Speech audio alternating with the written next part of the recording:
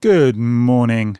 And this morning I want to talk about the Xbox One S All Digital Edition. And I'm a bit late to the party with this one because, as you probably know by now, I've been on holiday. But the Xbox One S All Digital Edition releases on May the 7th, so it's nearly upon us. Oh, the joy. You probably also know by now that I'm a bit of a sucker for new hardware, and I always try and buy new hardware when it comes out.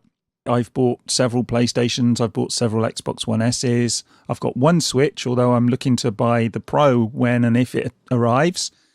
So you may be surprised to find out that I won't be buying the Xbox One S All Digital Edition, or the SAD Edition as a lot of people are calling it. And as I said in my video yesterday, it's pretty fitting to call it the SAD Edition, because it just doesn't look like anything to get excited about. You know, Microsoft put out the Xbox One S, and it was a great iteration on the Xbox One.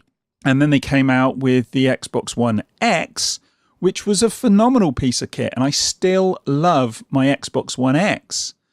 But fast forward to now, and we're looking at the Xbox One S All Digital Edition, and I don't understand what they're doing. If you look at it here, it looks exactly the same as a normal Xbox One S, just without the drive. And one, I don't understand that, and two, they've taken something away. And that becomes a problem because it's £199, £199.99 in fact, nearly £200 in the UK, I think $250 in the US. Now, the standard Xbox One S, I think its RRP is somewhere in the region of $250, so it should be £50 more expensive, but actually, in reality, that's not the case. And if we go and have a look at the Xbox One S, you can see here on Amazon that they're currently selling it for £189.49. So I have to ask the question, why are we able to buy the Xbox One S with a drive, which will play 4K Blu-rays and all the rest of it, and your games that you own on disc? Why is that around about £10 cheaper than the Xbox One S without a drive? Because they are the same form factor. So you're paying more for less. Makes no sense to me at all. And I know, as I say, the retail price of the Xbox One S is $250, but nobody's selling that at that price now. Everyone's selling it around about the £200 mark, and if you really shop around, you can pick it up even less. I mean, the price I've got here in front of me is just the first price I've seen.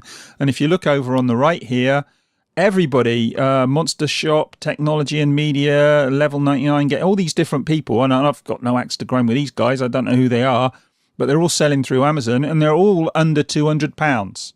So why would you buy the Xbox One S All Digital Edition? It does beg that question. I don't see any reason why you would buy it. None at all. Unless at some point down the line it's heavily discounted and maybe you can pick it up for 150 quid, at which point then maybe.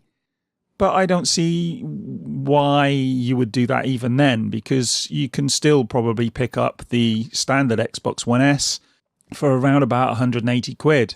Maybe less, as I say, if you shop around. So, on the price, it makes no sense. On the idea of having all digital, it makes no sense at the moment when loads of people have got physical media. And even if you are totally wanting to go with the all digital downloads way of doing things, or you want to go with Game Pass, you're still better off buying the standard Xbox One S because, as I say, it's cheaper. The other thing, though, and I've seen a few people mention this, if you haven't got a disk drive in it, why does it need to be the same form factor? Well, all they've done really is just strip out the Blu-ray drive and blank off the area where the drive would be and just stuck that on top, stuck a new case on. It's the same machine without the drive. There's been no redesign at all. It could have been so much better. I mean, if we just move forward one, I've got a picture up here of the NVIDIA Shield TV.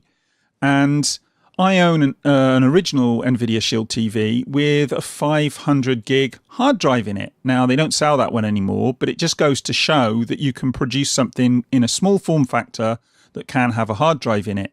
And if you can get a 500 in there, you can get, a 2 terabyte in there. So there's no reason why you couldn't make something smaller. The NVIDIA Shield TV, I actually measured mine this morning.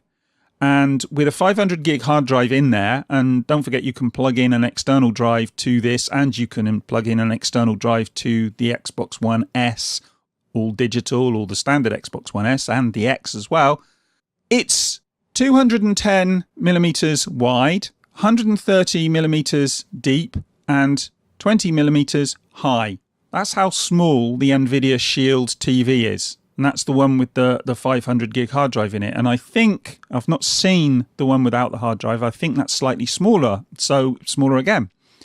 So there's no reason why Microsoft couldn't have redesigned this to have been something compact and, a little diddy thing that you could stick under your telly, like a little TV box or whatever. And it would have sold really well. If they'd have done that and then sold it for, 150 quid, it probably would have flown off the shelves. Because at that point, you would have had something convenient and easy to use and that was attractive. Making it the same as the standard Xbox One S makes no sense to me. And I know that Microsoft are just testing the waters with this, but if you really want to do this seriously, if you want to test the waters, give something to people that is desirable.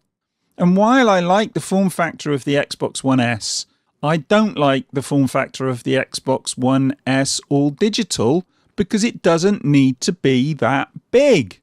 We've seen what Microsoft can do with the Xbox One X and the technology they've squeezed in there.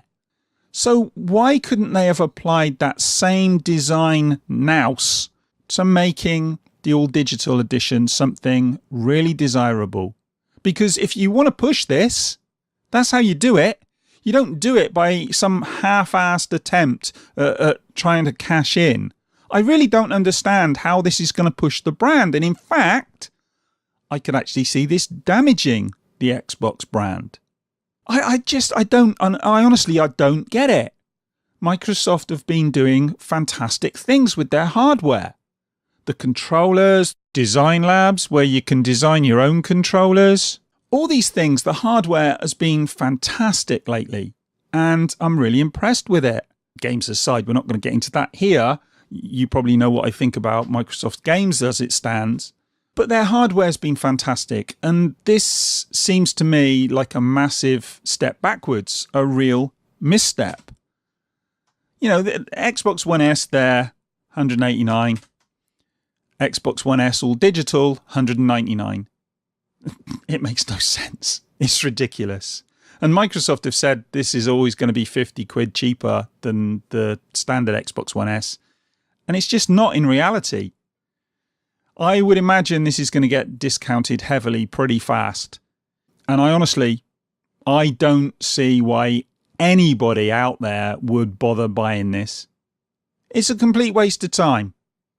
Microsoft, you've done it again.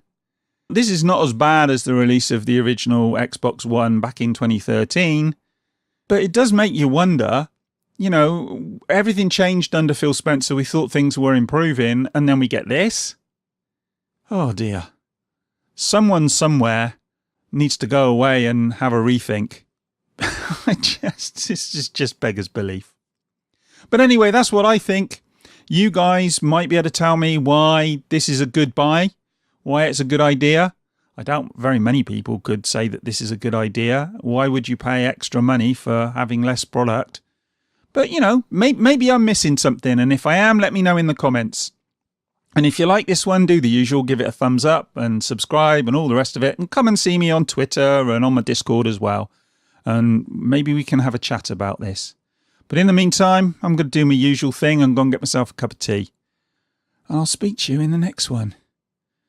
Oh God, Microsoft.